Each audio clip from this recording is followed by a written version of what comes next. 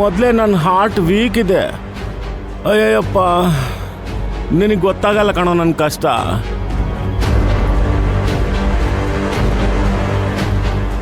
ಅದೆಲ್ಲ ಹಾಳಾಗೋಗ್ಲಿ, ಇದ್ದಕ್ಕಿದ್ದಾಗ ನಗ್ತಾ ಇದೆಯಲ್ಲ, ಅದೇನು ಸಮಾಚಾರ ಹೇಳೋ. ಶಿವಗಾಮಿ ದೇವಸ್ಥಾನದ ಕೆಲಸ ಅರ್ಧಕ್ಕೆ ನಿಂತು ಹೋಯ್ತು.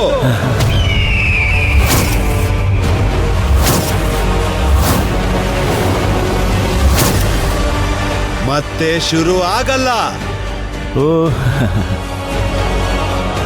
ನನ್ನ ಮಂತ್ರಗಳು ಪ್ರಳಯ ಸೃಷ್ಟಿ ಮಾಡ್ತಾ ಇದೆ. ಕಳೆದೋದಾದಿ ಬೆಟ್ಟದಿಂದ ಸೂರ್ಯ ಎದ್ದು ಬಂದಾಗೆ ಬಂದಿದ್ದಾನೆ.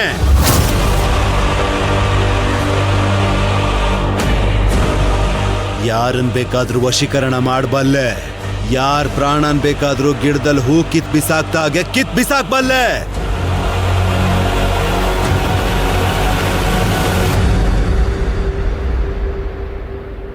ನಂದಿನಿ, ನಿಮ್ಮ ಮನೆಗೆ ಬಂದ್ಬಿಡ್ತೀನಿ, ಅಲ್ಲಿಗೆ ಹೋಗ್ಬಿಡೋಣ. ಏನದು ಗುಸ್ಗುಸು? ಅಯ್ಯಯ್ಯ, ಏನಿಲ್ಲಮ್ಮ, ಏನಿಲ್ಲ.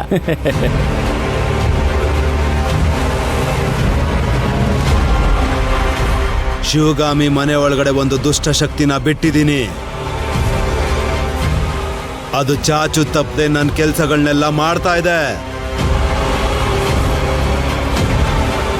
ಮನೇಲಿರೋರೆಲ್ಲ ಗಡ ಗಡ ಅಂತ ನಡುತ್ತಾ ಇದ್ದಾರೆ.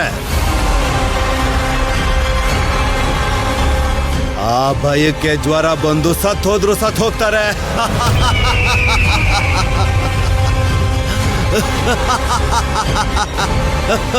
ಅದೇ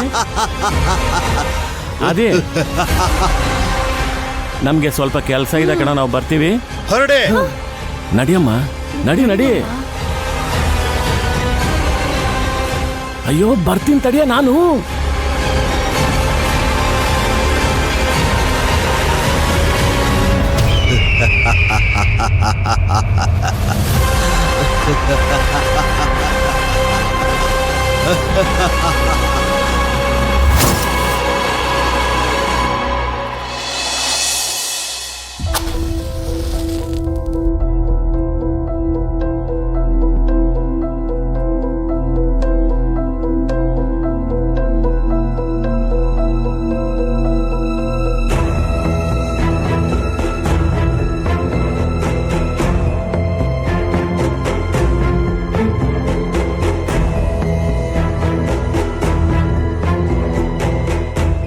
ತಾಯಿ, ಇಷ್ಟು ದಿವಸ ನಮ್ಮಿಂದ ತಪ್ಪಾಗಿತ್ತು.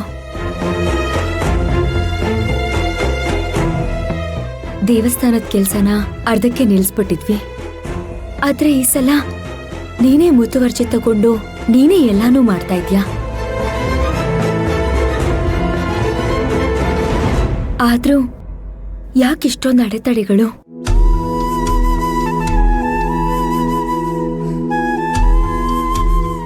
ನಮ್ಗೆ ವಿಗ್ರಹ ಮಾಡ್ಕೊಟ್ಟಿದ್ ರವಿ ವರ್ಮಾ ಅವರು ಪ್ರಾಣನೇ ಕಳ್ಕೊಂಡ್ರು. ದೇವಸ್ಥಾನದ ಕಾಂಟ್ರಾಕ್ಟ್ರು ಅರೆ ಹುಚ್ಚ ಆಗಿದ್ದಾನೆ. ಅದ್ರ ಜೊತೆಗೆ ಮನೇಲಿ ಏನೇನೋ ಆಗ್ತಾ ಇದೆ. ನಿನ್ನಿಂದ ಸಾಧ್ಯ ಆಗದೆ ಇರೋದಾದ್ರೂ ಏನಿದೆ ತಾಯಿ? ನಿನ್ ಕೈ ಮುಗಿತೀನಿ ತಾಯಿ, ನಮ್ಗಳನ್ನ ಜೋಪಾನವಾಗಿ ನೋಡ್ಕೊ.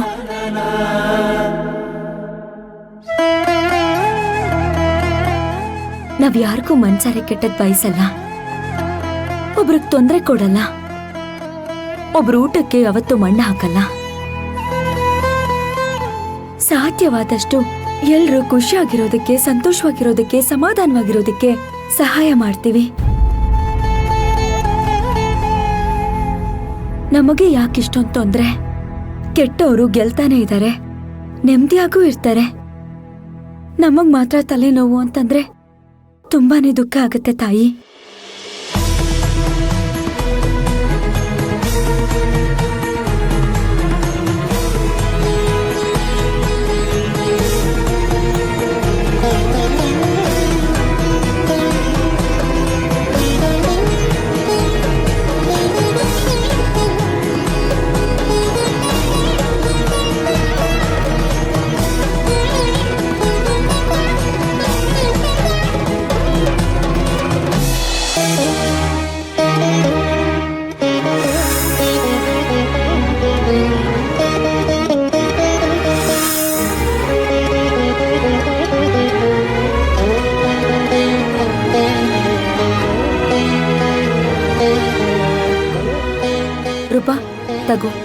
ಮನೆಗ್ ಸಾಂಬ್ರಾಣಿ ಹಾಕೊಂಡ್ ಬಾ. ಏನೋ ಒಂಥರ ಕೆಟ್ಟ ವಾಸನೆ ಮನೆ ತುಂಬಾ ತುಂಬಿಕೊಂಡಿದೆ. ಸರಿ ಅಮ್ಮವ್ರೆ.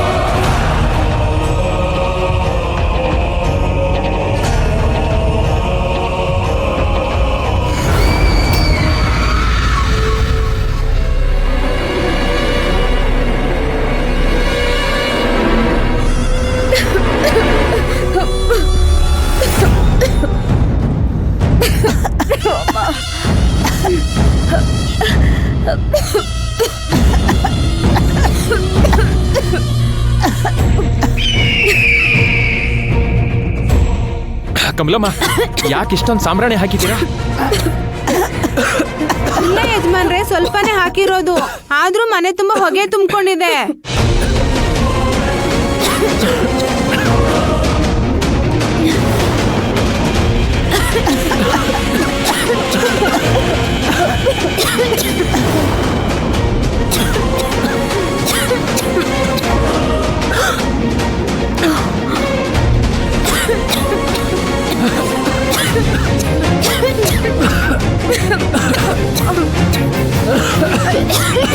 ಅಮ್ಮ, ನರಸಿಂಹಸ್ವಾಮಿ ಇದ್ದಾರೆ, ಏನೂ ಆಗಲ್ಲ, ಹೆದರ್ಕೋಬೇಡಿ.